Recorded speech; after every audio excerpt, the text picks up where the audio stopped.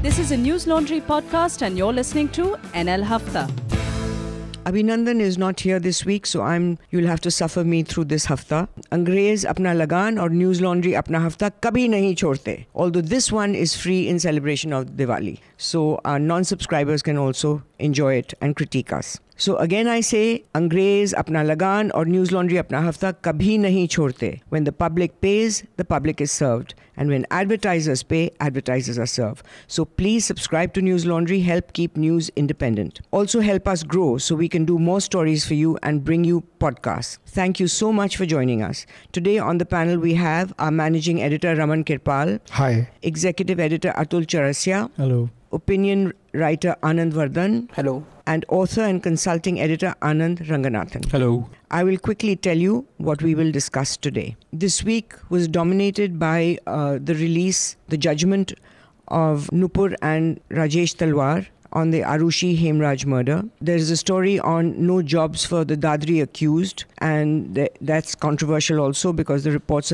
are supposedly incorrect. Vijay Mallya's firms dealt with a company named in Panama Papers. There's a probe on that, and that is very confusing because I really can't understand all these financial dealings, and I think a lot of people can't. And incidentally, one of the journalists who was investigating the Panama Papers, she got assassinated this morning, or was it yesterday, at Malta, car bomb. Yeah. Yes, yes. Really bad. That's really shocking. I mean, the other news was that Rahul Gandhi is to be elevated as Congress president soon, confirmed Sonia Gandhi. What a surprise. The results of the Gurdaspur by-poll, where Congress broke all records and won by 1.93 lakh vote margin. We have also in Kerala, the Indian Union Muslim League retained seat in Vangara Assembly by-election. There's some controversy after the Congress alleged the Election Commission helped the BJP. The Gujarat Chief Minister Vijay Rupani said the poll panel helped Congress in 2012. Anupam Kher is the new chairman of Film and Television Institute of India. Another person beaten up over a Facebook post. This time it was a UP teen who was arrested, and his post was on the river Ganga. 1 year after Najib went missing, there was a protest at CBI headquarters. And I think this is what's going to happen, because since Jantar Mantar is no longer the protest scene, and nobody can afford to pay, most people can't afford to pay for the Ramlila grounds, people will go and protest right after the person who they feel is responsible. So I think we have to be prepared for that. I think it was short-sighted to cancel this Jantar Mantar as an area for the Ramlila protest. thing is 50,000 per day. 50,000 per day. So who's going to pay for that? So they'll go directly to the place that the person they're protesting you have to against. pay for protest. Yeah. The Kerala government ordered a fresh investigation against former Chief Minister Oman Chandi. And then we have BJP Sangeet Som statement that Taj was built by traitors. And the RSS said that there is a need to have a balanced view on firecrackers. Next time, someone might object to diyas, which is a bit of a stretch. So, Anand, let's start with you. Should we talk about Rahul Gandhi being elevated as Congress president? He's 47 years old. Yeah.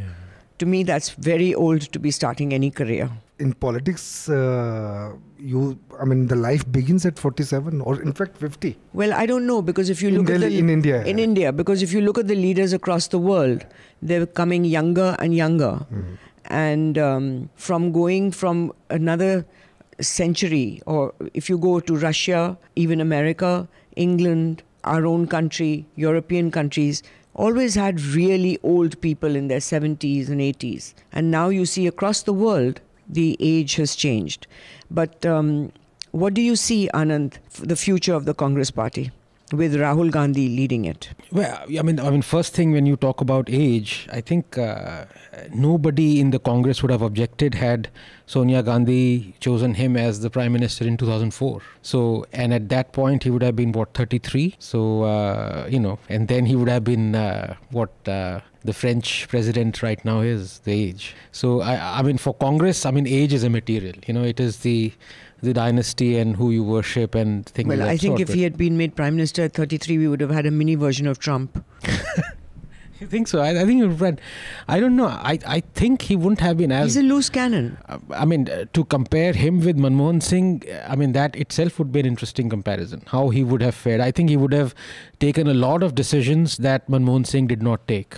Just out of, I don't know. But I think the failing was that he wasn't ready for politics. To be president or represent. But is he ready now? No, he's not. So, the whole point is, it is not on him.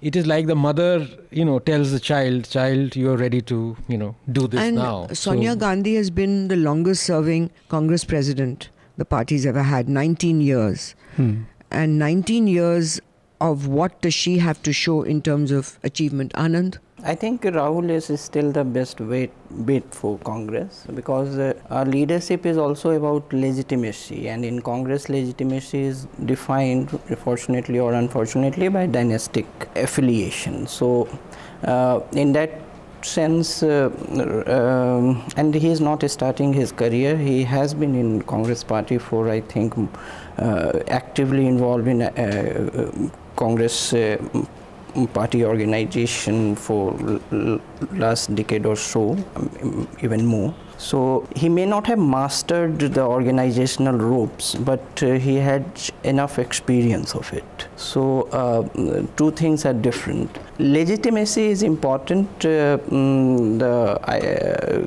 in this tentative phase of, or the worst phase of Congress post-independence, the thing is that it has to somehow regroup as an umbrella party. So Rajni Kothari in 1970s described as a Congress system that it is a broad coalition of diverse interests. So, and that collapsed in 80s and 90s because of the rise of various identity-based movements. And now for a national party to regroup as an umbrella party is the big challenge. Whether Rahul can do it or not would be the question to ask. Well, he hasn't shown much success in recent years in the elections, and as you know, we all know what the condition of the Congress party is. The sadness is that we really do need a strong opposition. Well, that is the problem, that we do need a strong opposition. And so if you don't have contenders, then you go for the legitimacy. But that's a false legitimacy. Legitimacy by dynasty is not really a legitimacy, but not by election. And I've had this view for as long as I can remember. India would never be Congress Mukt. They will always be an opposition, and you can say less prominent, more prominent, that degree may vary, but Congress would be part of that opposition. That is the state of our country. That is, we have to accept मैं it. ही कहता हूँ मधु, इसमें basically आपने जो बात कही कि longest serving president Sonia Gandhi 19 साल में, सोनिया गांधी की सबसे बड़ी उपलब्धि ये है कि सोनिया गांधी के उन 19 सालों में 10 साल कांग्रेस पार्टी पावर में रही है, और वो केवल और केवल सोनिया गांधी की चाहे कोलिशन बना पाने की एबिलिटी रही हो, उसको चला पाने की एबिलिटी रही हो, और 2009 में पिछले से बड़ा बहुमत लेके आई, वो मेजोरिटी लेके आई। तो और इसके अलावा पॉलिसी के भी लेवल पे देखें तो बहुत प्रो पीपल गवर्नमेंट कही जाएगी, चाहे राइट टू इंफॉर्मेशन हो, राइट पॉलिसीज़ के लेवल पे भी वो गवर्नमेंट मतलब इतनी डिसअपॉइंटिंग नहीं थी पहली वाली। दूसरी चीज़ ये कि हम बहुत सारी चीज़ें जो राहुल गांधी के कॉन्टेक्स्ट में देख रहे हैं, वो सारी बातें हैं कि राहुल गांधी के बनने से या बहुत देर हो चुकी है, पहले बन जाना चाहिए था, नहीं बन जाना चाहिए था, और ये सारी बातें उस कॉन्टेक्स्ट में हम करते हैं जो कि ज़्यादातर सुनी सुनाई बातें हैं, क्योंकि इनर सर्कल में या घर के अंदर क्या कौन किस तरह से सोच रहा है, डिसीजन ले रहा है, उसके बारे में बहुत ज़्यादा बाहर किसी को पता नहीं होता। तो उसको देखने का एक दूसरा तरीका ये भी एक नज़रिया हो सकता है कि वो उस पोजीशन पे सोनिया अगर खुद सर्व कर रही हैं तो वो पोजीशन अभी खाली है कहाँ जहाँ राहुल को सर्व करना चाहिए, उसको इस तरह से भी देखा जा सकता है। तो अब शायद सोनिया ने बयान दिया है, अब शायद वो उनको लगता है कि जितनी ट्रेनिंग चाहिए या जिस तरह से उनको राहुल गांधी को ट्रेन करना है, जिस तरह से उनको वो उसके लायक हो चुके हैं, या हो सकता है उसको अब No, I think the training is on. Training is happening right now. Prashant Kishore, I think, is really working very hard on him, and the sources also say that he has got a new speech writer.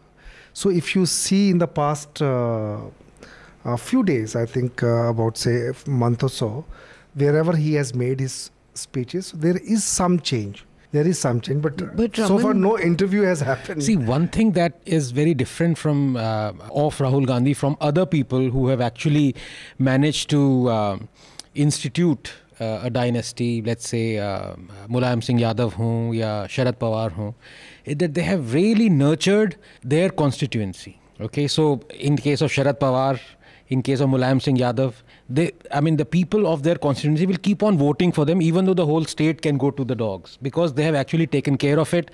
The health, if you look at Rahul Gandhi's constituency, Amethi, for example, all the stats, the data, health, and all this is pathetic. So when you talk of training, for me, if I was his mom, God forbid, I would have said, look, I'm giving you this constituency, Amethi, nurture it for the next decade and a half, okay, and make it India's best constituency. And that is what I would say is your successful training. So he's failed in that. But that's a very ideal situation that you're talking about. But if you see the Gandhi, whichever constituency they have represented in the past, they all are in bad shape. So they don't go. No, and they've always won. और दूसरी बात ये कि राहुल गांधी की constituency nurture की नहीं की, लेकिन राहुल गांधी अभी तक हारा तो नहीं है वहाँ से, तो हम ये नहीं कह सकते कि बहुत ही बैड शेप में है. जब तक it is in bad shape. We don't know. Another thing, we don't know. Well, we know the parameters, live mint and all that. People like Mulayam Singh Yadav, also if you go to their constituency is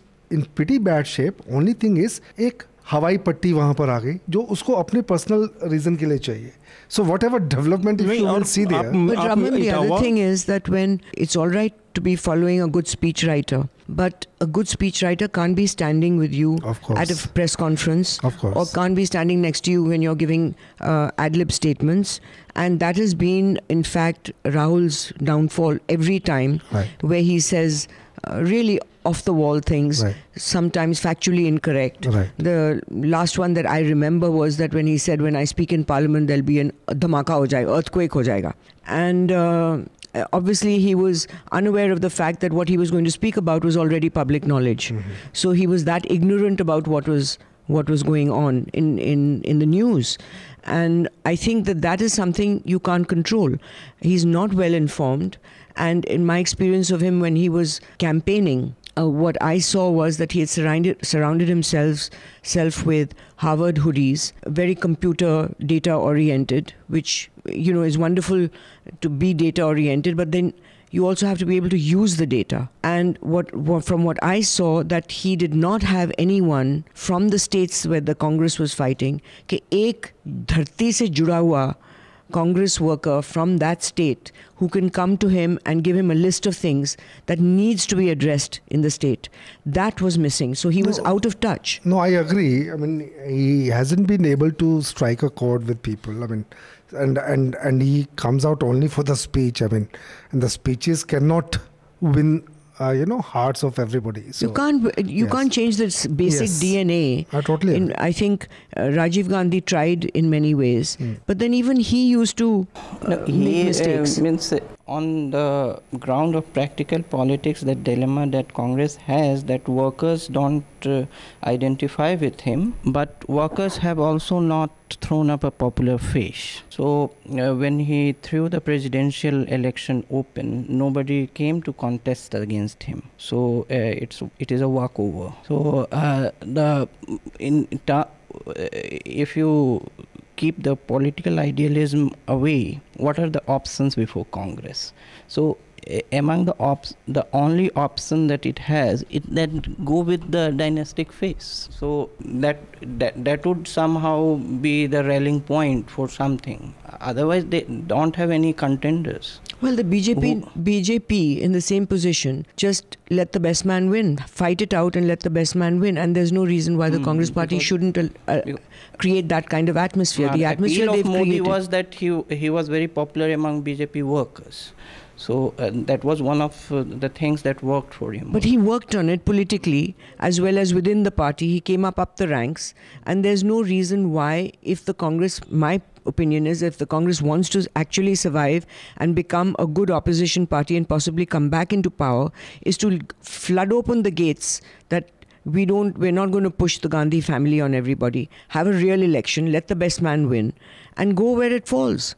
This presidential election is always cosmetic. Even if they throw it open for rest of the people. It's cosmetic. It's cosmetic. Even when they had people from not from the family like Shankar Dayal Sharma or these people as party presidents, they were controlled by the family. So it's always cosmetic. And the people who didn't toe the line like Sitaram Kesari, and so they had a very unfortunate end to their political career. So. But if Madhu, you're talking of Modi, Anand, you were talking of Modi. If you remember, when they chose him as the face as a candidate for the prime ministership, you remember what Advani, he wrote a letter against him. So it's not that easy. And I would have expected, in fact, a lot of people were expecting Modi to be the face for the 2009 election.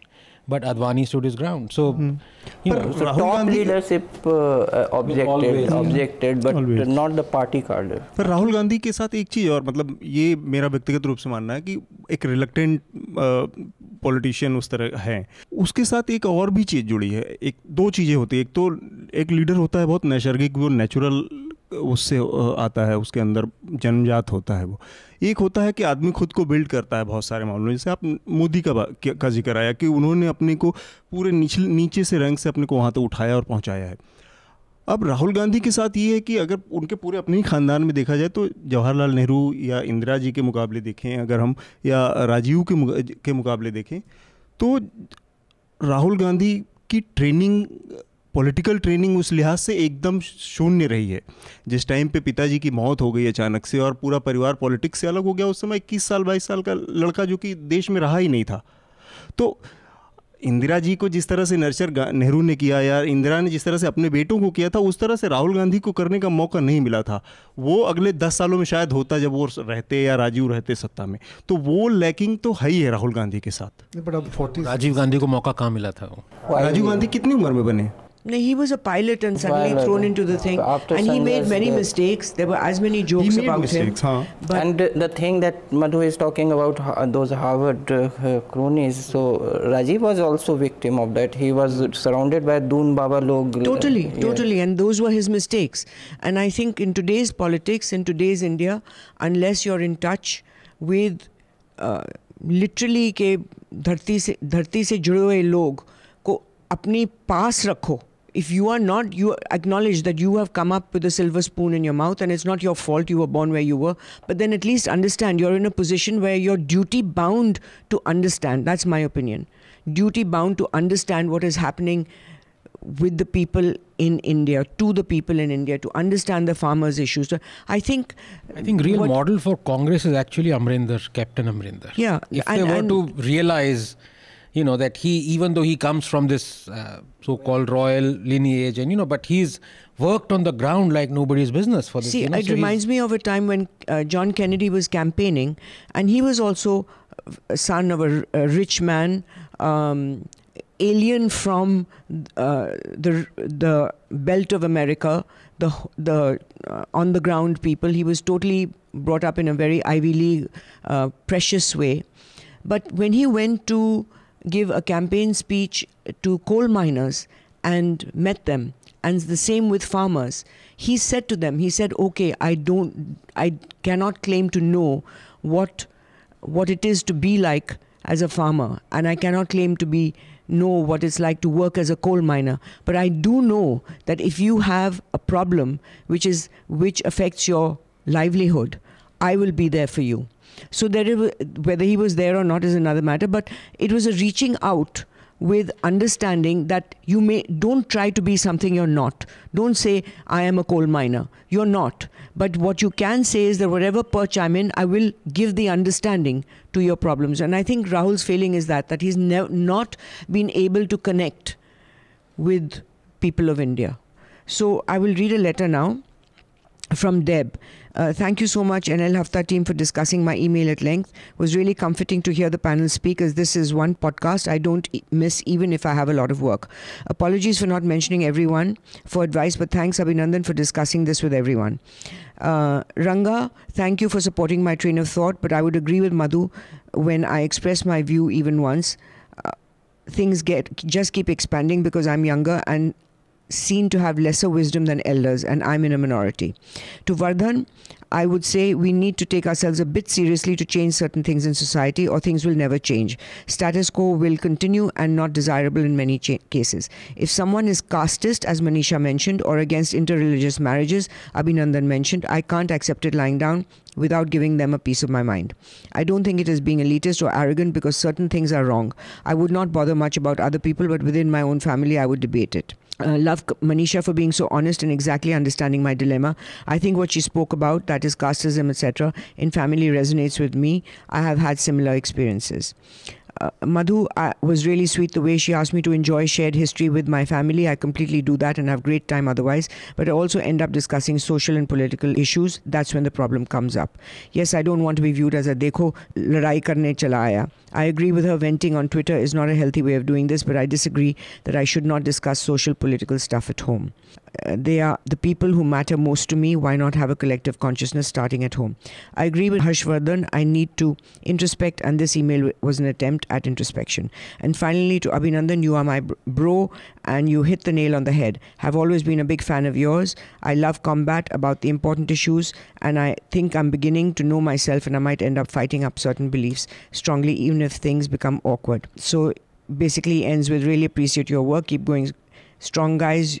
Will continue to have my support, moral and financial. So the next thing I would like to discuss is BJP Sangeet Som statement about the Taj and history. Subsequently, it's been amended a bit when a lot of other BJP people said that, it is part of our history, as is Red Fort and all the other monuments in Delhi. What do you think, Anand? I think you would have a strong opinion on this. Yeah, I mean, he's basically being a jackass or as a dunderhead. He has amended his statement a little bit. I think today ANI quoted him saying that I also consider Taj as a beautiful monument, but I was talking against the Mughals generally, which, he's entitled to his view.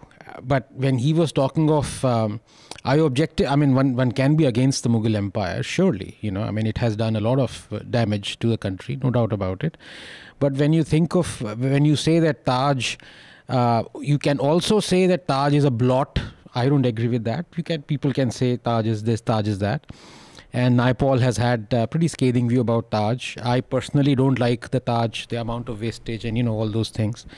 But to say it's been made by a traitor, that is taking it to a totally different and really low level. Because I do not consider, Shah Jahan could be a despot, all the Mughal rulers could be despot as all kings are by definition. No, whether we like it or not is part of our history. Yeah, and they're not traitors. Even Aurangzeb is not a traitor. He has his, And there's another way of looking at it, like for example in Germany, they haven't wiped out Auschwitz. Yeah. They've kept it there as a memory. So even in as Poland, ugly as your history is, it is your history. Yeah.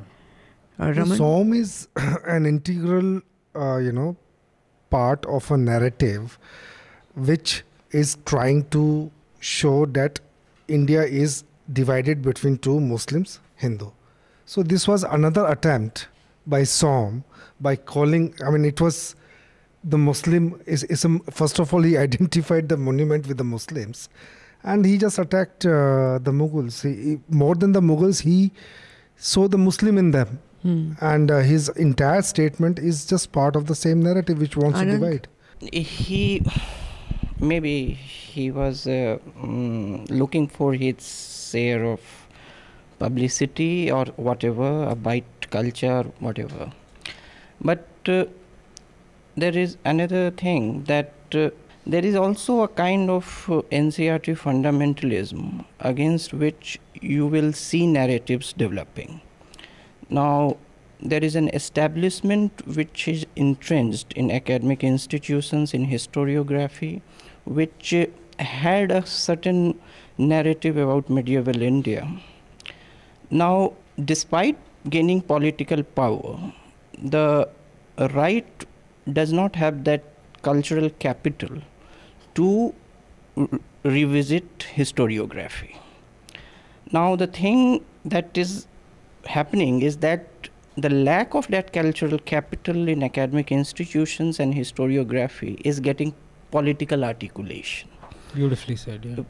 Is getting political articulation, and it will happen because counter narratives to a Marxist historiography have not been given academic space in this country. And if I can interrupt for a No, small but bit, the cultural look at what capital- Aurangzeb, I mean, just to give you an example, you know, Aurangzeb, you're talking of NCRT, that foreign historian, yeah, Andre Tushke, and so many other people. You know, so what Som is doing is the one end of the spectrum, where the other end belongs to people who are glorifying what I would say genocide porn of Khilji and Aurangzeb, you know, so they are on this side, and Som is on the other side.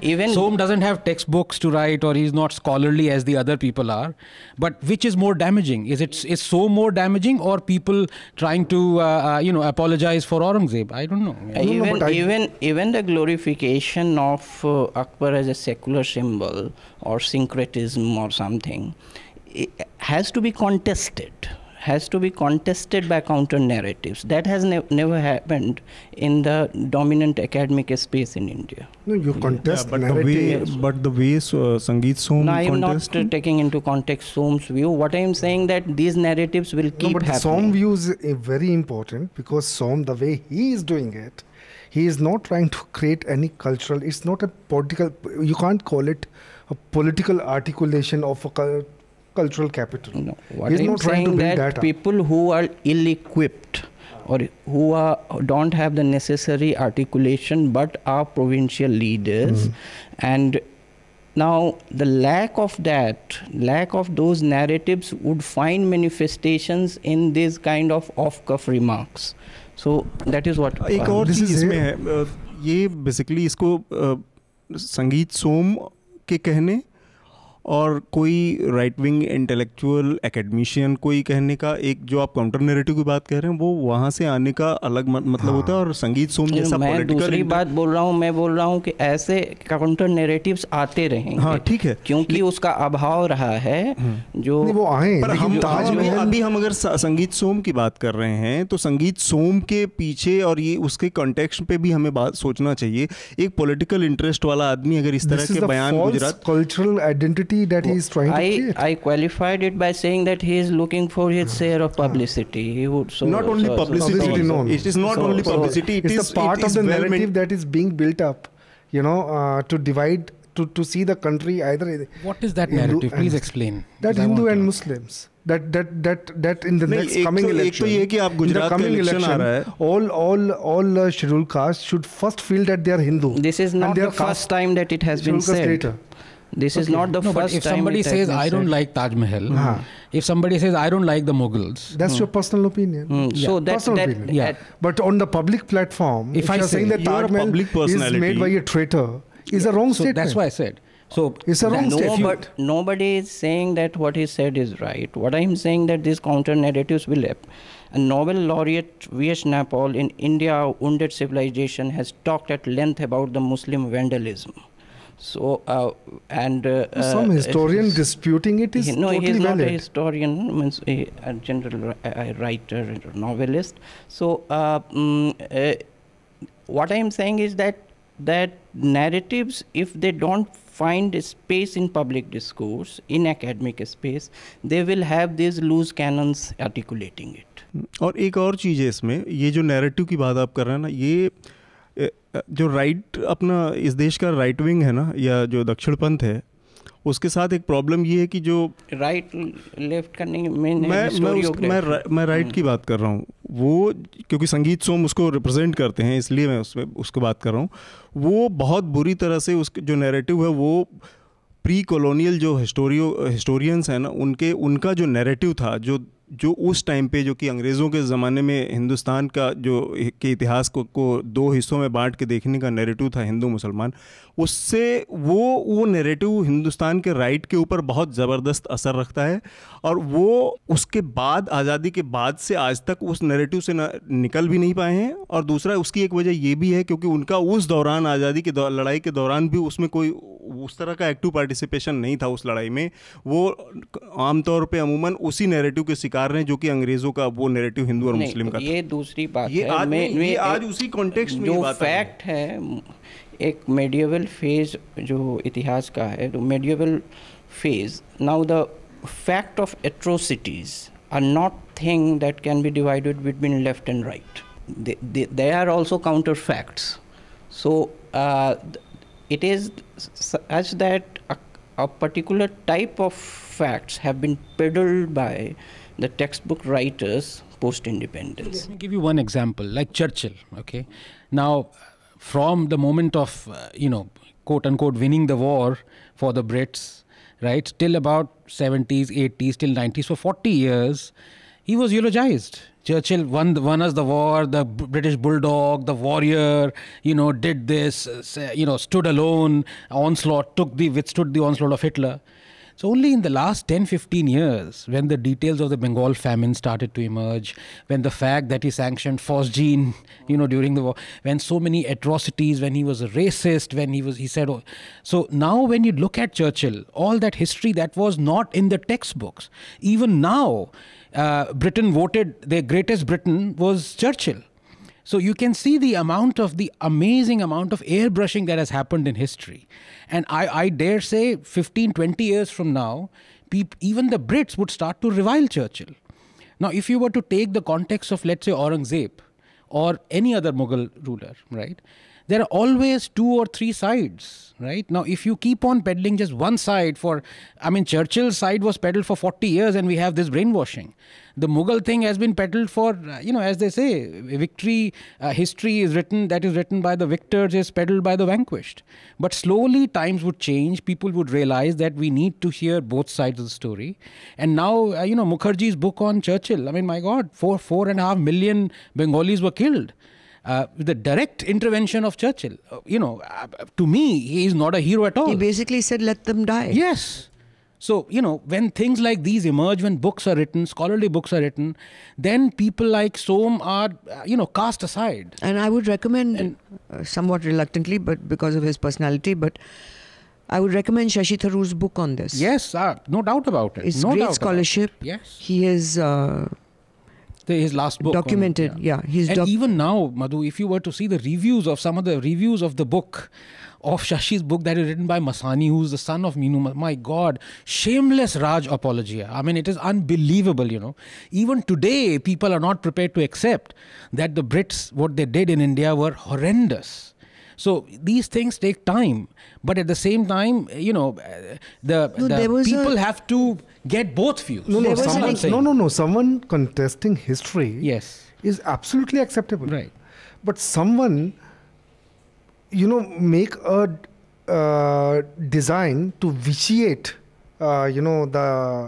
or distort the history is not acceptable. That's all I'm trying to. And Som falls into that category. That's very important. That's what I'm saying. Because we don't need any more vitiating of the atmosphere. Yeah. But it's let me bad also enough. tell you one very interesting facet of this. Of course, Som is according to me, it's even beneath me being disparaging against him, because he's doing for his ulterior motive, as Anand Vardhan just said.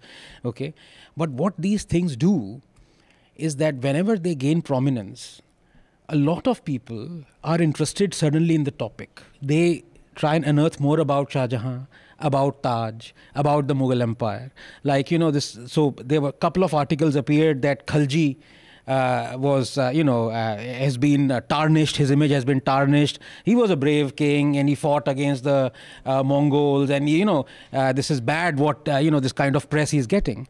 So people tend to read more about this. And the same thing has happened with Aurangzeb. So, we criticize what is happening, but the generally larger public, so I would say, funny as it may seem, what Som has done is that he's actually inculcated interest in the larger public. They would read up more, and now because of the internet, because of Google Books, they will get both sides of the view. I just want to bring in it's that probably helpful. Post independence, the country, our country, as well as European countries and including America, were in a funny sort of an equation which would not be acceptable today, where the colonialists and the United States of America were kind of deciding on matters of the world in a rather arbitrary, colonial, imperialistic manner. Yes. The creation of Israel, for example. You go into somebody's land, you do whatever you like.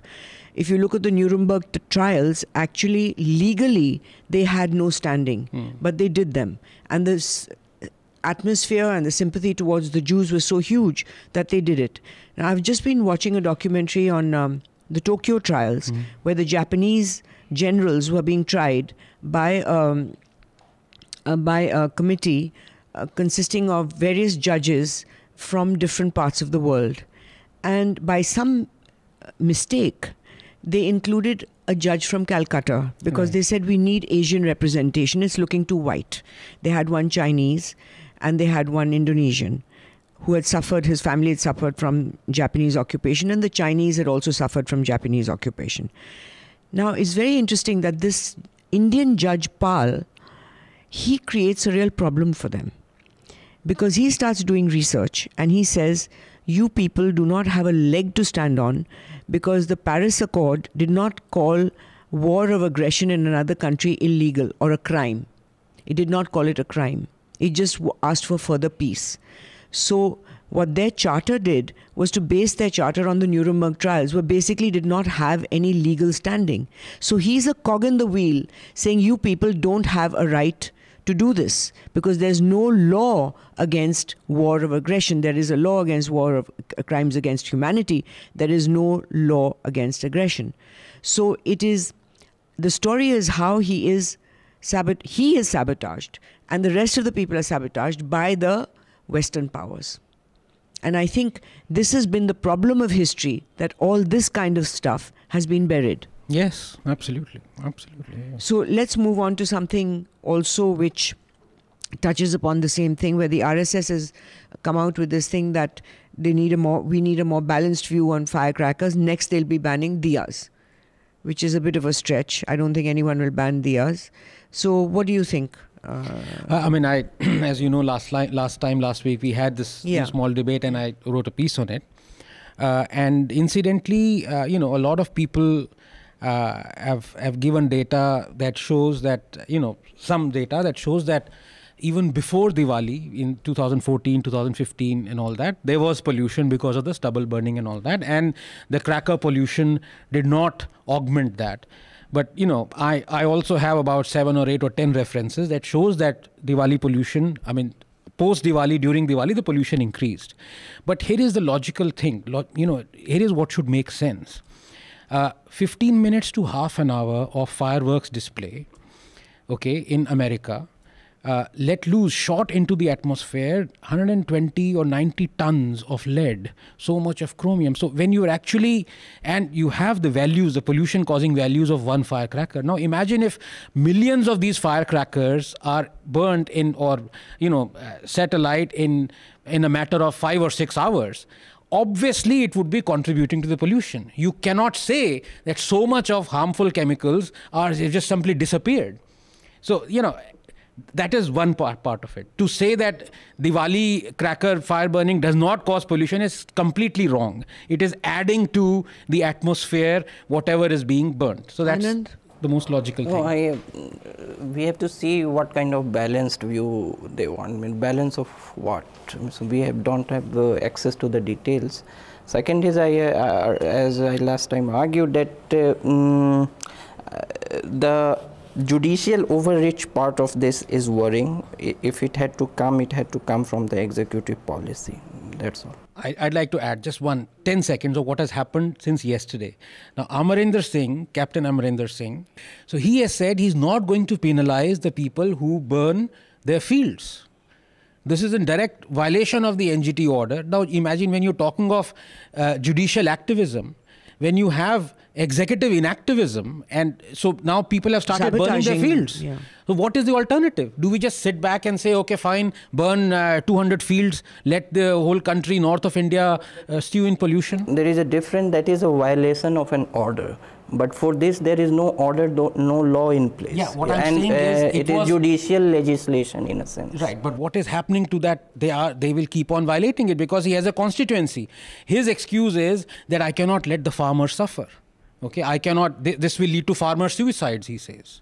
Atul? Now, नहीं, मुझे बस एक चीज़ इसमें लग रही है कि ये लगातार जिस तरह के बयान आ रहे हैं कि हर बार होली के टाइम पे होता है कि पानी बचाना चाहिए, वो बहुत अच्छी बात है कि ठीक है बचाना चाहिए, अगर हम कर सकें तो सूखी दिवाली और ये सब उसी तरह से है। लेकिन अभी दिल्ली की जो स्थिति है उसमें हम इसको झेल नहीं सकते हैं। जितनी मतलब एयर पोल्यूशन का जो सिचुएशन है या उसके अलावा नॉइज़ पोल्यूशन का जो सिचुएशन है, उसमें ये कह देना, जैसे कुछ लोगों का मैं देख रहा था फेसबुक पे और यहाँ वहाँ चल रहे थे, कुछ दिन बाद हो सकता है कि हिंदुओं को चिताओं को जलाने से भी रोका जा सके या बैन कर दिया जाए, क्योंकि वो भी बहुत प्रदूषण करता है। पर ये लॉजिक नहीं है इसका कि हम इस तरह की चीज़ें, अगर हमारे सामने इतना बड़ा खतरा है, मेरा एक बेटा है 6-7 साल का, और वो पिछले 3-4 साल से लगातार इस सीज़न में हमेशा स्नीजिंग, कफिंग, वो जो प्राइमरी सिम्टम्स अस्थमा के होते हैं वो झेलता है, क्योंकि वो पूरा, अब आप कहाँ छोड़ेंगे यहाँ से बाहर रह जाके। तो उसको देखते हुए मुझे लगता है कि ये कॉमन सेंस की बात है कि हमें इन सब चीज़ों से, इससे बचना चाहिए। अगर इससे थोड़ा सा भी हम अपनी तरफ से कंट्रीब्यूट कर सकें, पटाखे ना जला के या वो। आई थिंक वो policy makers, have been coming up with knee-jerk responses when it comes to environment. Now that this stubble burning has been happening for the past 4 years, and we in the media have been reporting about it, but we report only when the burning starts, the burning ends, and nobody after that takes a NASA की pictures आती हैं तो वो आ जाती हैं, बस तो कोई is always knee-jerk. I mean, only when the stubble burning happens, the judiciary starts giving warning, and even the politicians start giving warnings. And the same thing is with the Diwali crackers also. Right now, what happens that why some people will not like, because it is hurting they take it that way, it's hurting their sentiments.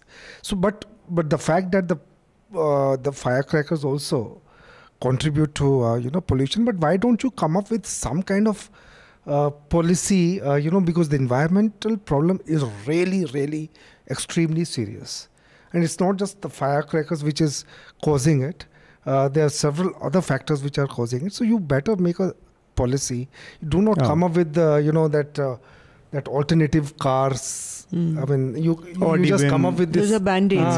I think the biggest problem was how late it was, because all the people who had invested in that is a serious thing. बहुत आखिरी time पे आया, उससे पहले लोगों ने करोड़ों रुपए इन्वेस्ट कर रखे थे। ये सब एक और चीज़ है इसके पीछे, जो ये पूरा जो जलाने वाला प्रॉब्लम है चारों तरफ, ये पूरा, क्योंकि ये एग्रीकल्चरल बेल्ट है चारों तरफ, जाट लैंड जितना भी है ये एक और चीज़, एक इसके पीछे समस्या है। वो पिछले कुछ दिनों में क्या हुआ कि ये जो चीज़ पैदा होती थी, इसकी एक रूरल इकोनॉमी थी, ये इससे भूसा बनता था और वो पशुओं का चारा भी होता था, उसके अलावा बहुत सारे काम में, घरों के ईंधन में काम आता था। अब वो पूरी तरह से, क्योंकि पूरा एक साइकिल है जिसमें कि ना वो उसके यूज़ करने वाले ही नहीं बचे हैं। अभी क्या है, कैटल, वो जो उसका इस्तेमाल करते थे वो सब नहीं बचा, तो वो पूरा का पूरा अब उनको जलाना ही पड़ता है, क्योंकि वो इतनी जल्दी डिस्ट्रॉय नहीं होता। अगर उसको मिट्टी में केवल छोड़ दिया जाए तो वो शायद अगले 6 महीने तक वैसे ही पड़ा रहता है। तो वो जो इकोनॉमी पूरी डिसबैलेंस हुआ है रूरल इकोनॉमी में, उसका भी एक बड़ा प्रॉब्लम है। ये जो जलाने की वो समस्या शुरू हुई, इससे पहले ये इतनी बड़ी समस्या नहीं थी। But we need to acknowledge that the environmental situation in Delhi is extremely bad. पर मैं एक बात कहूँगा अतुल, जो आपने बीच में बात कही, और उससे I will tie up to what I have been saying, and that is why I do not believe in conservatism, because it goes against the grain of human progress, diversity and evolution itself. जैसे आपने कहा कि भाई अब next लोग कहेंगे कि भाई क्रिमेशन नहीं होना चाहिए। Yes, if it contributes to pollution, find a better way. There are better ways of cremating your near and dear ones. Do it. Why should one what are the better ways? Electric को तो है ही। But electric भी किसी न किसी form में वो pollution करता ही करता है। मतलब आप यहाँ पे नहीं करेंगे तो there is always a gradation, ना? I mean, by burning में तो the wood is not burned, but then the wood is not burned, what comes in the air is pretty much as bad. पर ये comparison थोड़ा सा बहुत वो हो जाता है कि you can have filters, so there are filters on chimneys. I mean, what I'm trying to say is that there are, one has to constantly look at one's own rituals and practices, not be a prisoner of them. If you try and reform, you yourself will be pleased. If you have so that is how things should progress. CNG आजकल चल रहा है तो वो पूरा pollution free है, बताते हैं। CNG से आजकल क्रिमेशन हो रहा है। एक और चीज़ लेकिन ये है कि मतलब क्रिमेशन तो फिर भी बहुत डीप रूटेड कल्चरल सिस्टम है। पटाखे कहाँ से उतना किसी कल्चर से? फर्स्ट ऑफ ऑल आप डायग्नोज करें ना, you are not even been able to diagnose how much the vehicles are causing the pollution. So you need to diagnose first the industrial pollution. You need to diagnose it.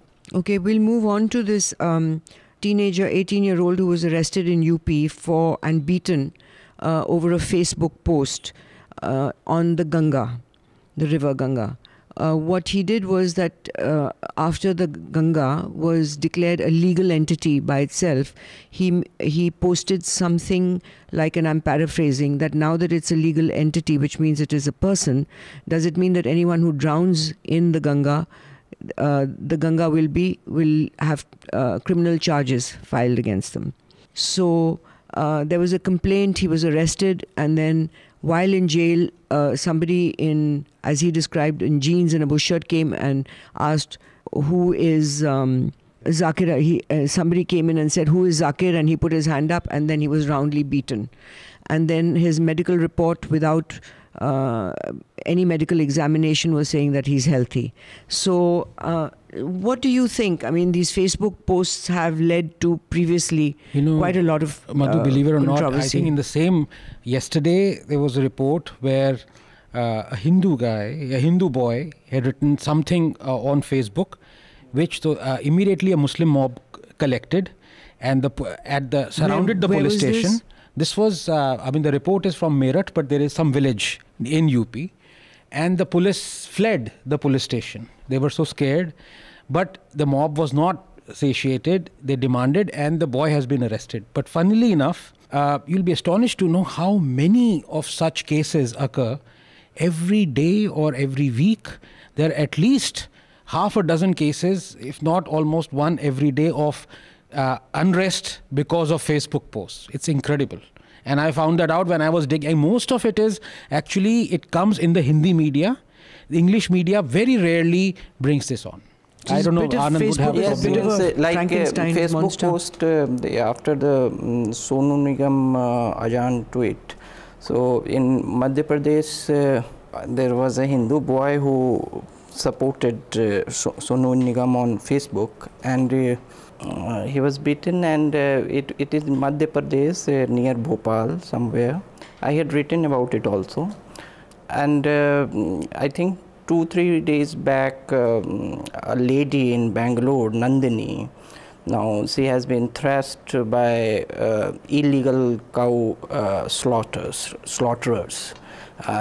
She was an animal activist. She is an IT employee. She has a broken arm. She is an IT employee, also an animal activist, and the cow slaughterer, people working for cow slaughter houses, or where they When she objected, they thrashed him, and they also raised a Pakistan Jindabad slogans while thrashing her. It may not find space in mainstream English media, but all this is happening. So even a BSF constable or officer, commandant, I think, Mondal, was thrashed by cow smugglers in Tripura 2 days back. So ultimately they are crimes. They have nothing to do with Hindu or Muslim, but ultimately perpetrators. And if you communalize it, there is no end to it. It's means a dark tunnel. So individual responsibilities should be fixed for this. Yeah. Facebook is a reality, and people are going to vent their feelings, through Facebook. Let's face it. Okay, and having said that, what we need to do, we need to condemn the wrongdoing. I mean, anybody communalizing it, whether it is Muslim or the Hindus, and such incidents need to be condemned by the political masters, by the society also. I mean, and the police have to take the strict legal action against such people. I'm of the opposite opinion. I think no action should be taken. Because it's a freedom of speech. You can say, ideally, but what you're talking of is reality. What I'm saying is, ideally left to me, anybody should be free to criticize. Raman is saying the opposite. I'm not saying that. I'm saying if somebody has said something on the Facebook and he was beaten up for that. Oh, you mean the perpetrator? Yes, of course. They should Nandini, and one so anybody should. Yes. This Nandini story found a space in mainstream media because she was articulate in English. Because she belonged to a particular class. So but if you remember Farooq, he wrote Facebook posts and he was lynched. So that is also the thing. ऐसे तो खैर अभी social media के बहुत सारे cases हो गए कि किसी ने कुछ लिखा, इतने सारे मामले आ रहे हैं. What he is saying is that 290 मतलब मुझे समझ में आ रहा है क्या ओपिनियन है. आप लोग भी इस पर अपना ओपिनियन बता दे सकते हैं कि हमें कहीं ना कहीं एक फ़िल्टर की ज़रूरत तो है ही है, लेकिन वो कौन करेगा, क्योंकि गवर्नमेंट के हाथ में जाने के बाद वो सेंसरशिप का भी मसला है कि वो किस तरह से सेंसर करेगी, किस तरह से उन चीज़ों को रोकने की कोशिश करेगी. तो वो एक चीज़ है. लेकिन जिस तरह से अनकंट्रोल, जिसका नतीजा कभी किसी की लिंचिंग हो जा रही है, कभी कुछ हो जा रहा है, तो नो डाउट कि वो उस पर हमें कहीं ना कहीं एक फ़िल्टर, एक उसकी तो ज़रूरत है. Actually, Facebook has taken it very seriously. Fake news. Fake news and inflammatory news. They've taken it really, inflammatory posts. They are taking it very seriously now, which they weren't earlier, just after the US elections. In Lima, Obama took Mark Zuckerberg aside at a world conference and told him that Facebook should look into the fact on how Facebook posts have influenced the American election. And of course there was the Russian involvement. And at that time Mark Zuckerberg dismissed it. He said, no, you're exaggerating. It's just a few things here and there. Subsequently, when he did, however, institute a small department to investigate it. And what they found was quite shocking. They found, now recently, in 2 weeks ago, Facebook handed over 3,000 paid ads which were connected to the Internet Research Agency, which is directly connected to the Kremlin. So they were putting in, it's a bit like paid news, what they call native advertising, that you can't tell the difference on whether it is somebody who has an agenda or somebody is just supporting Trump. And so they find it difficult to actually identify these because they're done in a reasonable way.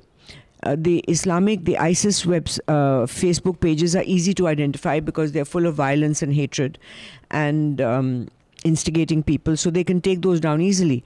But something like this, which now they've discovered did influence the US election, and they're still investigating it right now, the Russian connection. Facebook has been forced to take it seriously. They're now opened many kind of different fronts to combat this kind of thing. One, the infiltration of these kind of people onto Facebook that affect democracy in the future for every country. I think Facebook has found itself, started as a dating friendship thing, has become a serious political tool. एक और चीज़ हो सकती है जो कि इस time में हम बहुत ज़्यादा देख रहे हैं. एक तो जैसे फेक न्यूज़ वाले साइट्स बहुत सारी हैं, पोस्ट कार्ड इंडिया, अखंड भारत टाइप जितने भी हैं, या सत्य विजयी. उसके अलावा फेसबुक पे इस तरह के जो जितने तमाम लोग हैं, ये एक चीज़ देखने में आ रही है कि लगातार उनको एक्सपोज भी करने के बाद वो चीज़ें गलत साबित हो रही हैं. आप यहाँ न्यूज़ लॉन्ड्री में बैठ के या किसी भी और ऑर्गेनाइजेशन में कोई खबर लिखते समय एक छोटी सी भी अगर आपने फैक्चुअल मिस्टेक की है, यहाँ पे ऐसे उदाहरण है कि न्यूज़ ऑर्गेनाइजेशंस को बैन किया गया है उनके ऊपर, लाइव इंडिया से लेके तमाम. अभी हमारे सामने NDTV का वो था कि उन्होंने सिक्योरिटी को कॉम्प्रोमाइज़ किया है तो लीगल नोटिस भेजा गया. लेकिन इस तरह के जितने लोग हैं सोशल मीडिया के ज़रिए या वेबसाइट्स के ज़रिए इस तरह के जो काम कर रहे हैं, उनके खिलाफ सिस्टम जो जिसको काम करना चाहिए क्राइम समझ के, बिना किसी रिलीजियस तामझाम में फंसे कि राइट क्या है, लेफ्ट क्या है, कौन हिंदू है, कौन मुसलमान है, वो भी अपना काम उतनी ईमानदारी से नहीं कर रहा. जबकि हमारे यहाँ बहुत सख्त साइबर लॉज हैं, उसके बावजूद सोशल मीडिया या जो इंटरनेट की दुनिया है उसमें बहुत ज़्यादा ये सब कचरा किया जा रहा है. और सिस्टम मतलब जो लॉ जो कंट्रोलिंग अथॉरिटीज़ हैं वो भी अपना काम ईमानदारी से नहीं कर रही हैं, जो कि डेटरेंट हो सकता था. So we'll move on now to what dominated the news this week, which was the release of Nupur and Rajesh Talwar. What struck me when you look at the footage as they come out of jail, they don't look like winners. They don't look like somebody who won a case. They looked completely depressed, traumatized, frozen almost, like deer in headlights, really. It was frightening to see their demeanor and their behavior. It's been such a complex case, and arguments continue even now whether they are guilty or not guilty, although the High Court has now pronounced them not guilty. Raman, what is your opinion on it? No, I mean, the fact remains, I mean, they are out, but we still don't know who had killed her. And who killed Hemraj? And who killed Hemraj, of course. And this has been giving, ways to different kind of theories, which in the media, I mean, if you can't persecute, people just because you don't know the facts, you don't have the material evidence, you cannot really say that the parents have killed. And in fact, the CBI report over which the trial had begun, it was in fact a closer report, and the court had started the trial, and they eventually, the lower court, the CBI designated court has put them behind the bar, and now the High Court has set them free, and because the benefit of doubt or whatever. So I feel the case stands, at this time, but the mystery remains. And at the public platform and in the media, I think we don't have any reason to call the parents the criminal, or unless we have very strong evidences against them. Anand? Because it had infiltrated our conscience for so long when it happened, and now suddenly 4 or 5 years down the line it has happened again. So I haven't actually kept pace with what has happened.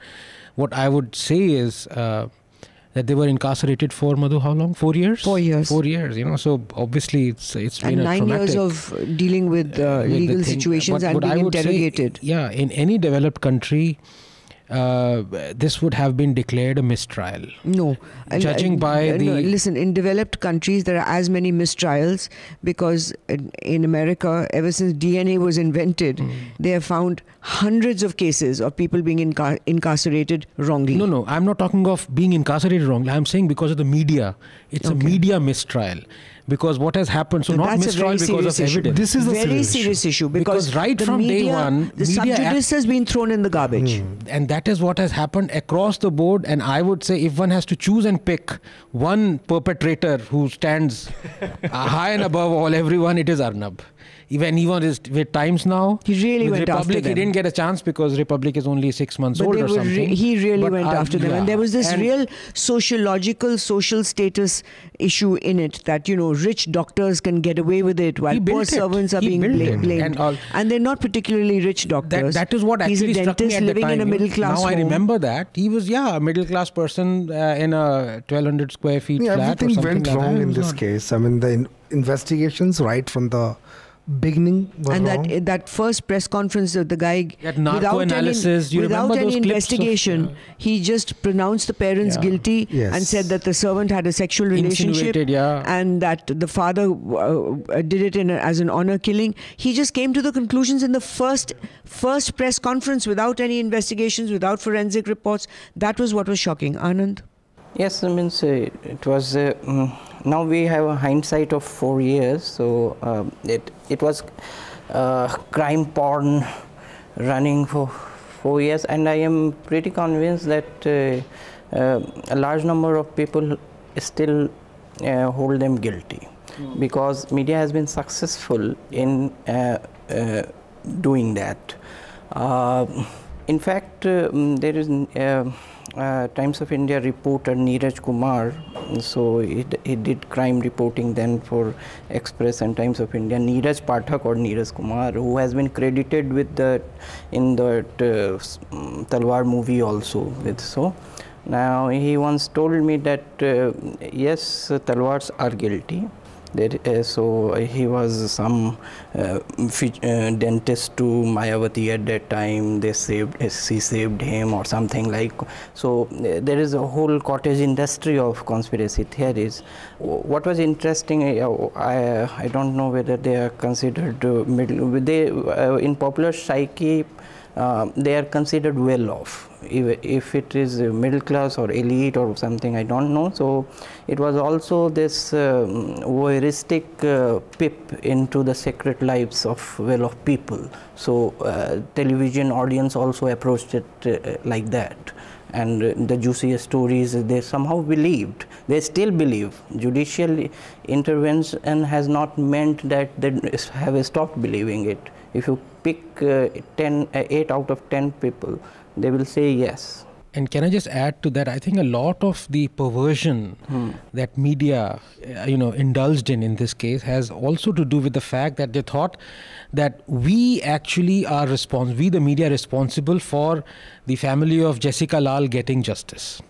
If you remember the backdrop, it was when no one killed Jessica. There's a difference here. Difference here is in Jessica Lall's story, it was asking for justice. In the Nirbhaya case, it was asking for justice. And this is not asking for justice. This is like zeroing in that this person is guilty. But so there is a difference of day and night. But you see, and I must say that I am also admittedly a little disconcerted by their demeanor, because one would think that if you are innocent, you would be hysterical, upset, screaming at the reporter saying, I'm innocent, which Peter Mukherjee, for example, did. But one cannot project one's behavior. There are people who react differently. Of course. So one has to accept that. Like when they came out today, there wasn't a smile. And Madhu, if I may There add, wasn't like, I'm in free air. Sanjay Dutt, when he came out, he was like punching the sky. I would say the turning point of why media went after them was actually the interview the mother gave to Barkha Dutt. And if you remember, now it's 9 years ago. Yes. The next day it was, Are Rohini? Kaisi maa hai Rohini? That kind of built up into this kind of storm avalanche, behind the scenes, they must be guilty. Behind the scenes, the report was that the CBI was really angry with her because she used to give it to them. She used to answer them rudely and say, it's my daughter, what do you. So I think a lot of that had to do with it, a lot of ego issues. A lot of it was that we decided initially in the first press conference that they're guilty, so somehow we have to work it through to make it happen. I frankly cannot say who's guilty. Nobody, I don't think, who walks this earth can pronounce an absolute judgment that the court has done so, but who killed her, we still don't know. And who killed Hemraj, I think his family also deserves justice. It may still go to Supreme Court, is that right, Raman? Yeah. CBI is going to... It said it's going to? Or? That's what is very surprising. I mean, in the closure report, they had very clearly said that they don't have any material evidence to pin down, the blame on these two men, and hence they want a closure. They had written in the closure report. So closure report also, in a way, has given... This is the second closure report. The final one which was submitted with the court. जिसके आधार पे lower court ने so even the closure report had given them benefit of doubt.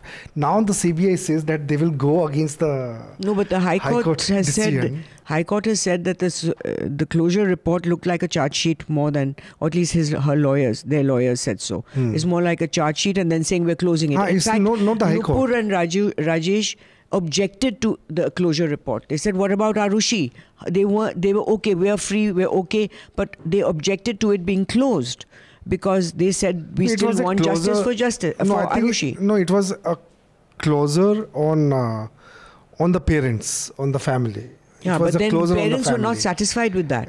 They said we still want to know who killed Aarushi. They wanted justice for Aarushi. So that, I think, is a point that should be considered. I would say it was the first large-scale media trial. It was. Which consumed, books were written. I remember Patrick Frank, Aviruk Sen's book. A film has been made. And you can't make such serious judgments, just on behavior. And I don't think it warrants a debate.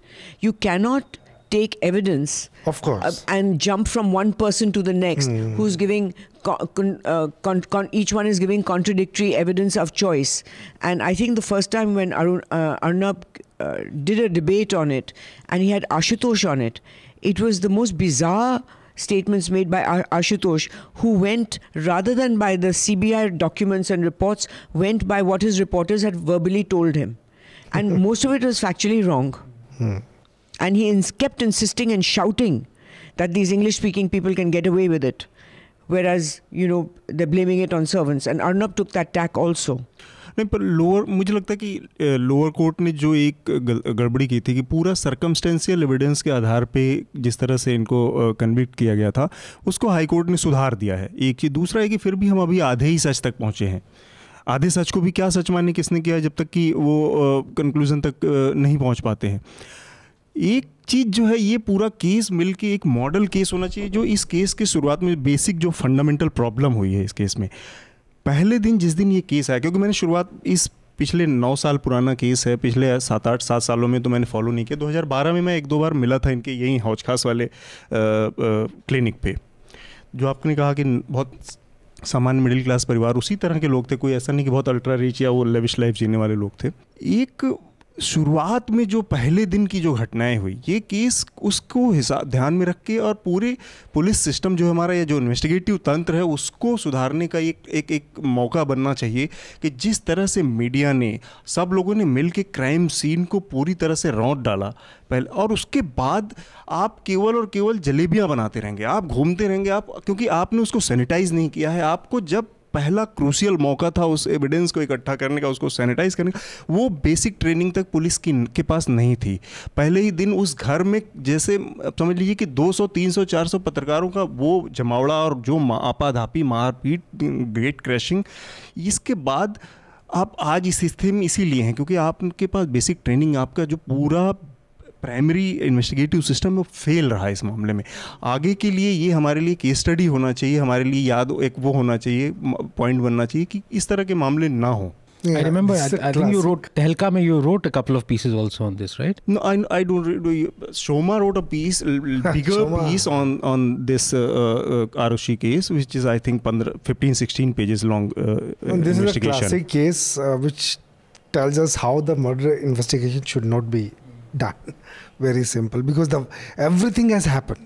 But do you think things have changed now? I mean, if supposing... The sad part is that when people when a victim's family calls for a CBI inquiry, you wonder that they say the word CBI thinking that they'll get an impartial inquiry, which has been proven over and over again that it's not impartial. It either does what the people in power tell them to do, or it goes on its own tangent. You want to say something? No, yes, I think even with good investigation, it would have been, there are some cases which are difficult to crack. It is one of them. But investigation, Indian policing is such that they don't take, even if you train them, they don't take training seriously. In IPS Academy, Indians ke saath problem hai sir. So we say firemen, policemen, army men, they are all rice-eating people who come to their house and and are more interested in their children, relatives, and they are just like you and me. You and me, they are not the glamorized versions of policemen that you see in Bollywood or Hollywood. I have seen many of them at very close quarters, and these IPS officers, they take... When you were arrested last? For a Facebook post. Fashion police. So, Fashion police. Even these IPS officers, 80% of them are dejected people because they didn't get IAS. Anand is an expert on all those people. So they don't take their training seriously. State police does not take. It is just for them a formality to join the service. Plus, No, it's more than the training. Political patronage. No, more than the training in this particular case, it appears that right from the beginning things were manipulated. I mean, this was not just investigation.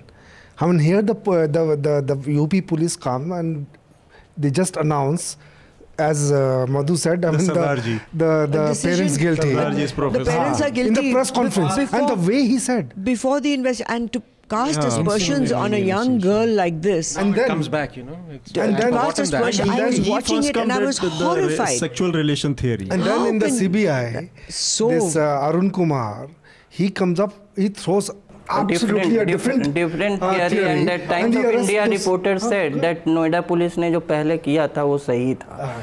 So, and media believed the original theory because it had more this juice. Guy comes on and decides his things. And the High Court, interestingly, says the CBI behaved like a film director. There is something called the investigation diary. So whether the CBI is doing or the UP police is doing, I think, the court should the court should give this police diary to to some honest investigators and find out how these guys had investigated into it. One question the I like police to diary, put. The police diary will give a very clear picture and will show wherever the manipulation has been done. I think more than the fact that who done it, the Hemraj and this, we should find out how the investigation But was here is the catch-22, and here I'd like to ask you, Madhu, directly. You see, a lot of judiciary का ये होता है कि करो तो गालियाँ खाओ, ना करो तो गालियाँ खाओ. And now, in a case like this, a judge can only so much as read and interpret the evidence before him. If the evidence is so shoddy, what can the courts do? So why are people blaming the courts? Is my question. It's one of those things in India. People first thing is, you blame the courts. But look at the shoddy pace of investigation. I mean, the judge will not invent evidence. He will not go to the places. But in the district court, it was clear if you read the judgment, that the judge was influenced by the media. It was very clear in that. In fact, the High Court judgment mentions it, that the lower court had been influenced by the media. I will just read a letter now. Dear NL team, I had a chance to make Should I Be Subjective, as I support Modi and from Mangalore, and try pointing out flaws in your assessment of my beloved town, and should I be objective and take it on the chin for this beautiful city I love. There is nothing better than my Namakurla, even if your reports make it to be a lab of communalism. But I will take the objective route, because it's only with acceptance with great change and conflict resolution happens. So he wants to point out that Mangalore's checkered history of supplying Bombay's dons with shooters like Sadhu Shetty. 2, another don, Muttappa Rai, and his Jai Karnatak moment. 3, the demography of the district, where Christians and Muslims make up to 40% of the population. This is true for Kerala too, and you have made no mention of conversions. 4, how the Gulf money led to takeover of business and land from upper caste Hindus in the 90s. Again true for Kerala too. Influx of immigration from Kerala to Karnataka. Yes, it might be the most affluent district in the state of Bengaluru, but it is neglected by the Karnataka government. The affluence is because of the people and not because of the goodies doled out by the state. So his observations on the last Hafta were: the advice provided by each of you to Deb was brilliant. Special mention to Mr. Vardhan and Mummy Ji Madhu. I'm saying Nani Ji, I'm not Mummy anymore. Nani Ji advice. Hrithik Roshan, superstar. Really, name one non-Rajesh Roshan produced film with Hrithik that was a blockbuster. Buster will need to go to Mission Kashmir, in which Sanju and Jackie outclassed him. The real story in the Jay Shah case is the Co-op Bank loan and the IREDA grant. Where was the tender, the bid, the proposal? This is my demand as a subscriber. Where is the NL story on this? The pink papers not being good enough, Mr. Sekri. Ye business opportunity hai mere bhai. Are yaar, I can see Meghna doing some brilliant economic and legal stories, and so can Akash Banerjee. NL Economics can have a separate or add-on subscription, referencing back to Madhu's comment about trading firms having massive ups and downs on their balance sheet. How many people know and understand that? Mr. Sekri's Sprite Pio or Apna Akal Lagao. A special mention about the Anand Vardhan interview of Manu Joseph. There was too much awe in it. I mean, like a true fan adoring his idol. Oye Madhu ji, आपसे एक शिकायत है, अपने interview लेना बंद कर दिया क्या है क्या? I mean, if you all think that the ruling dispensation has completely curved the media, isn't that an opportunity for NL to fill the void? Very good point. So I guess all subscribers will be thrilled to see NL interviews, or even getting them on Hafta. Raghuram Rajan, Yogi, so he gives us a list of people who we should interview, none of which I see would be available. So they will never come. A few haftas ago, an engineering student chose an NL subscription over a jeans pant. Yay for him. Talking about core constituency, have you guys worked on getting subscription from this student constituency? I know there is the debates and such things that NL organize, but that has that translated into subscription? Guess I've exceeded my word limit. From my news laundry brethren to you, I am now curbing my freedom of expressions. सुकून मिलता है दो लफ्ज़ कागज़ पर उतार कर, चीख भी लेता हूँ और आवाज़ भी नहीं होती. पीयूष मिश्रा. अडेंडम, तुम चीखते चीखते हो हर हफ्ते NL हफ्ता पर. दोस्त, हमें भी चीखने चिल्लाने दो इन कागज़ के लकीरों पर. Keep up the good work. This is Dheeraj. So, I think we're getting a really good response from emails and everything. Is there anything you would like to say? एक चीज़ बस इसमें कहना है कि हम ये इस पर एक स्टोरी हम लोग प्लान कर रहे हैं जो जय शाह वाली है, लेकिन अभी हम उसके बारे में डिस्कस नहीं कर सकते यहाँ. So now there's another letter from Swati.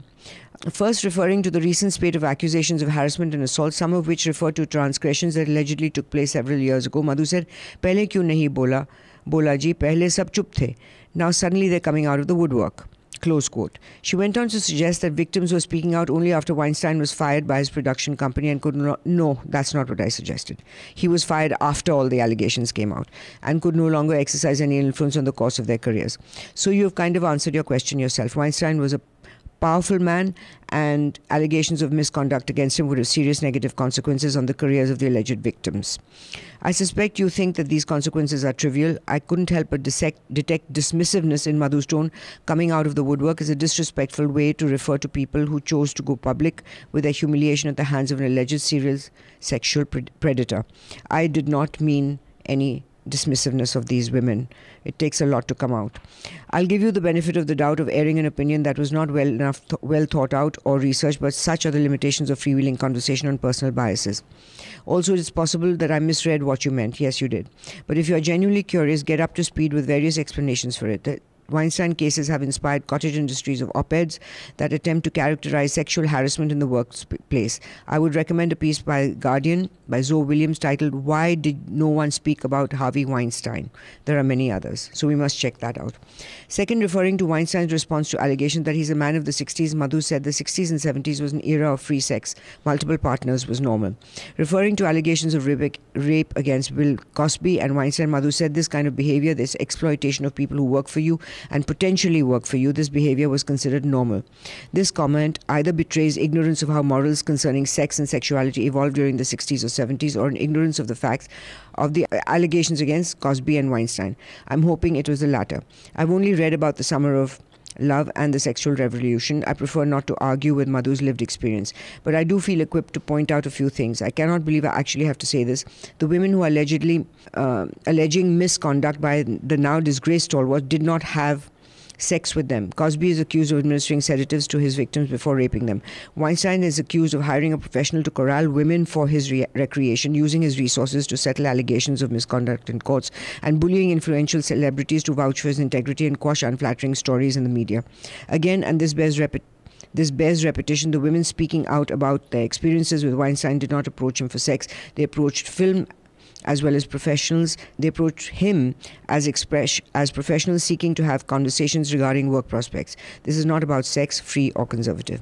By characterizing the use of positions of power to exploit the vulnerable as normal or acceptable at any era, you do two things. You misrepresent the complexity of what era stood for, and more significantly, you undermine the seriousness of allegations of sexual misconduct in this or any other moment in history.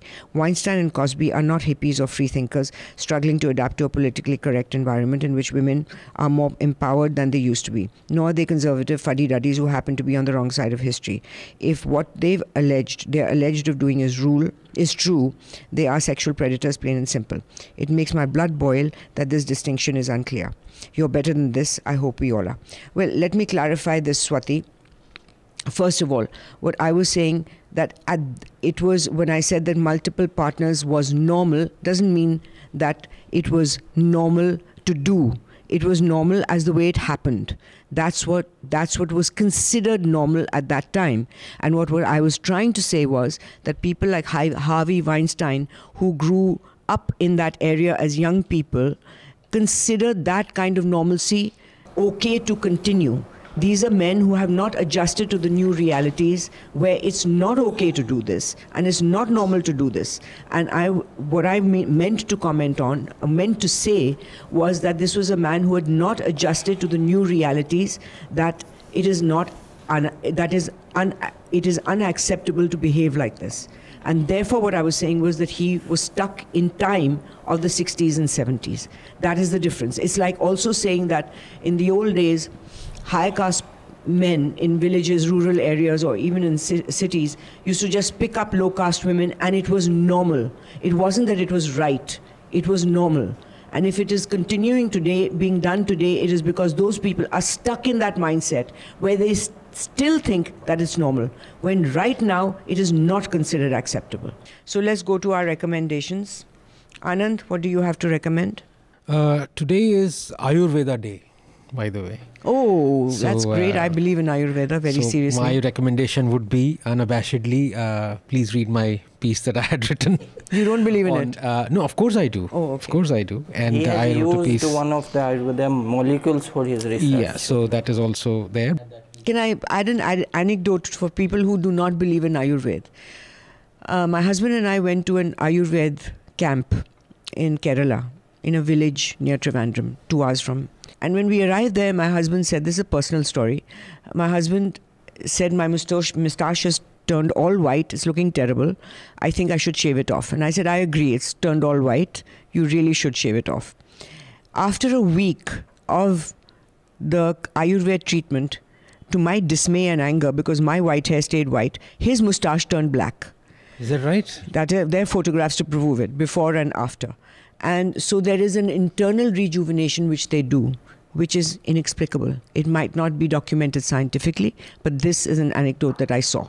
Anand? Well, moustache is typically about 13 to 14 years younger than you are. So, No, but for it to turn black in a week was quite shocking. That is incredible, I must say. One is Sunday Times of India piece by Manu Joseph. So Why do we all laugh? Yes. So it is about how this is a golden age of mediocre liberals. I think it's a mediocre of everything. Come on, what liberals? Mediocre journalism. Yes. Not music and film. Those are good. So that's, yeah. And second is in a piece in The Economist, and that is why it is a good time to bury Che Guevara. So how romanticization of a false icon should be ended now. Thank God Abhinandan isn't here. And thank God my granddaughter isn't here. Oh, she's also Yeah, a because Guevara when fan? they were dressing her for a birthday party with a pretty frock, she said, no, I want to wear my Che t-shirt. I'm into biographies and autobiographies, so I'm reading one on Nasiruddin Shah, his autobiography called And Then One Day. So I think I'll recommend this book. I recommend this documentary on Netflix, Tokyo Trials, and also Angelina Jolie's film, And Then They Killed My Father, which is in Cambodian, but you can still understand what's going on. हम लोगों ने शुरुआत ही environment से की है दिल्ली, और उससे तो एक बुक है अनुपम मिश्र की, आज भी खरे हैं तालाब, इन्वायरमेंट और वाटर के ऊपर, बहुत ही मतलब हिंदी की 10 सबसे ज़्यादा बिकने वाली किताबों में, और वो 10 किताबें जिनमें रामायण और महाभारत शामिल है, उनमें शामिल है वो किताब, तो वो सबके लिए और पत्रकार इसको कई बार हेडलाइन के लिए यूज करते हैं, मतलब साहित्यिक हेडलाइन देना होता है, तो आज भी खरे हैं कुछ उसमें बदलाव करके। और एक और रिकमेंडेशन मेरा हिंदी न्यूज़ लॉन्ड्री से अशोक वाजपेयी का एक बहुत डिटेल इंटरव्यू है जो इस बार इसमें न्यूज़ लॉन्ड्री हिंदी पे है, तो हिंदी के बहुत बड़े पोएट हैं, उनका इंटरव्यू भी लोग पढ़ें। So on that note, thank you for joining us. Do keep sending us your emails at contact@newslaundry.com. Thank you for all those who did write to us. I could not read out all of them. You can read them on newslaundry.com. Watch our new show, Constitution. Send us your feedback. Do subscribe because we need your support so we can survive, because when the public pays, the public is served. When advertisers pay, advertisers are served. And here's the song. And happy Diwali. Happy Diwali to everyone.